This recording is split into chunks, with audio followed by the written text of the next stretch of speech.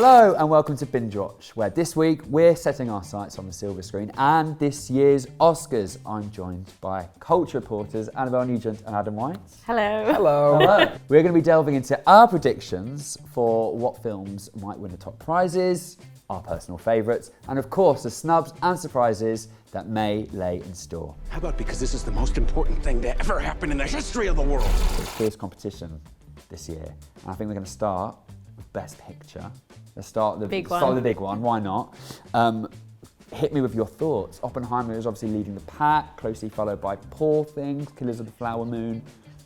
What's going to win? It's a really good category this year, I think. I'm not like an enormous fan of one or two of them, but generally I think it's very, very good. There isn't like a proper stinker. And typically there's one that is just I'd argue otherwise. baffling. I think that makes two of us. But we have different views. What's your one? What's your stinker? I mean, I just really did not like Barbie, and I feel like that. Okay. I mean, that got nominated for like a lot of things, but it hasn't really translated to like any big awards, has it? So I feel like it was all like hype, and now people are like actually looking at it closely and being like, no. I think in fairness, Barbie obviously being such a box office hit and like, you know, kind of saving the year of cinema or whatever, alongside Oppenheimer, it's more like a doffing the cap to that. Yeah, I think, and that's worth it, I guess. Yeah. When people look back, they'll be like, oh yeah, of course, that makes sense. But yeah, it does seem to be winning nothing. Yeah. Do you guys ever think about dying? Zone of Interest being nominated and receiving, was it 5 nominations? Am I right in saying that? I think around that number. Yeah. Great to have that film in there in general, isn't it? Yeah. I like that it's in there. It's not an easy movie. No. It's the way it's filmed, the way it's presented. I don't know if people necessarily are enjoying it beyond the subject matter, which naturally is very not enjoyable. But it's a great movie. Obviously, there's now 9 to 10 nominations in Best Picture category each year. There's obviously, for a long time, it was 5 nominations. It seems to me that Zone of Interest might have actually been in that 5, but I think a film like that 20 years ago wouldn't have been. Like you say, it's a very serious film, quite art housey. The way it's presented is very unusual. And you know, look at Under the Skin, which is Jonathan Glazer's last film, didn't get a single Oscar nomination. Yeah. Maybe if that was released now, it would. Yeah. I think those films are cutting through now. Hier ist der Kohlrabi, die Kinder essen wahnsinnig. I think the film that on the list that I enjoyed the most, maybe not the best film, but I enjoyed it the most, was Poor Things. And I thought that was just like amazing. Yeah. And I'd love to see that win. I don't think it would. I don't know if it deserves to win, but I would be chuffed to see it win anyway. Again, a bold film, you know. I think it's one of those things that Yorgos Lanthimos has like got a bit of Oscar clout behind him now. So that things he does gets the awards attention. Whereas if he did this before The Favourite, I'm assuming that was his first one that got the Oscars attention. Maybe it wouldn't have because it would have been too bold. But hey, it's good to have it in there. But I guess, like you said, it's like audiences are more open to seeing like different things, and that's translating in like Poor awards. Things, actually. Yes. I am Bella Baxter, and there is a world to enjoy, circumnavigate. It is the goal of all to progress. Something that's is like kind of escaped me until now, looking at it written down. Killers of the Flower Moon. Obviously, like big film, Martin Scorsese, De Niro, Leonardo DiCaprio. 10 nominations. Yes, it might get a win in the big category, which I'm sure we'll come to.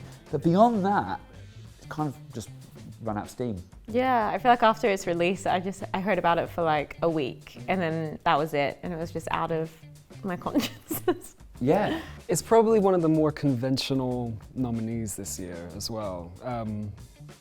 Yeah, it's also incredibly long. It's long.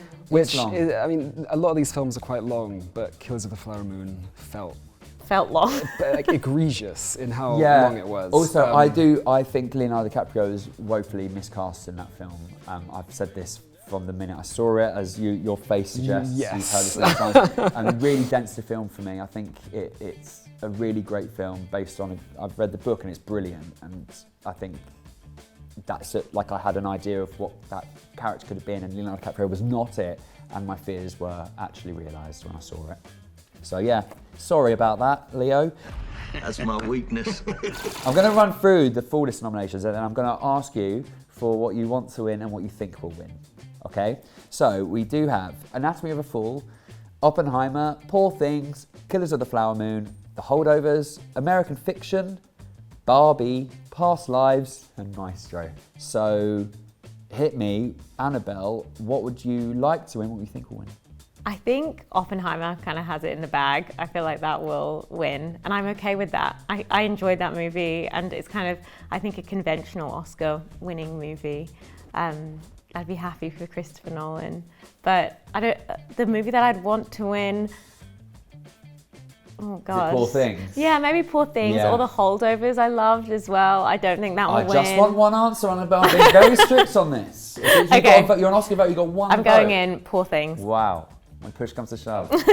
Adam, what about you? I would agree that I think Oppenheimer will win. I think it's an incredible film, but I also think because it made so much money, Yeah. and it feels as if they were rewarded for that.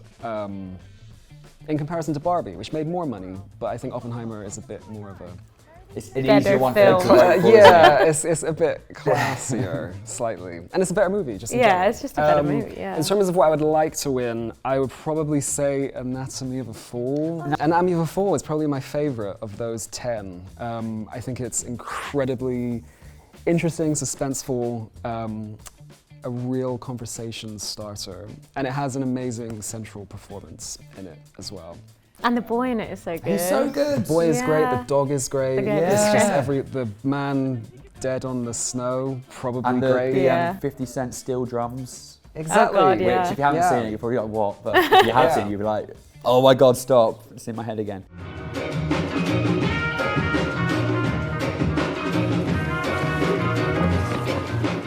I will say, think Oppenheimer, because, it's so easy for them to look at and go, it's the style film that won Oscar, also it did really well, boom. And I think when people look back in years to come, it will be a good Oscar Best Picture winner. But I think if I had a vote, Zone of Interest is kind of next level, and I hope Nolan wins director, so that would kind of Balance it out. Yeah. I'm all about spreading the love. You are the man who gave them the power to destroy themselves. And the world is not prepared.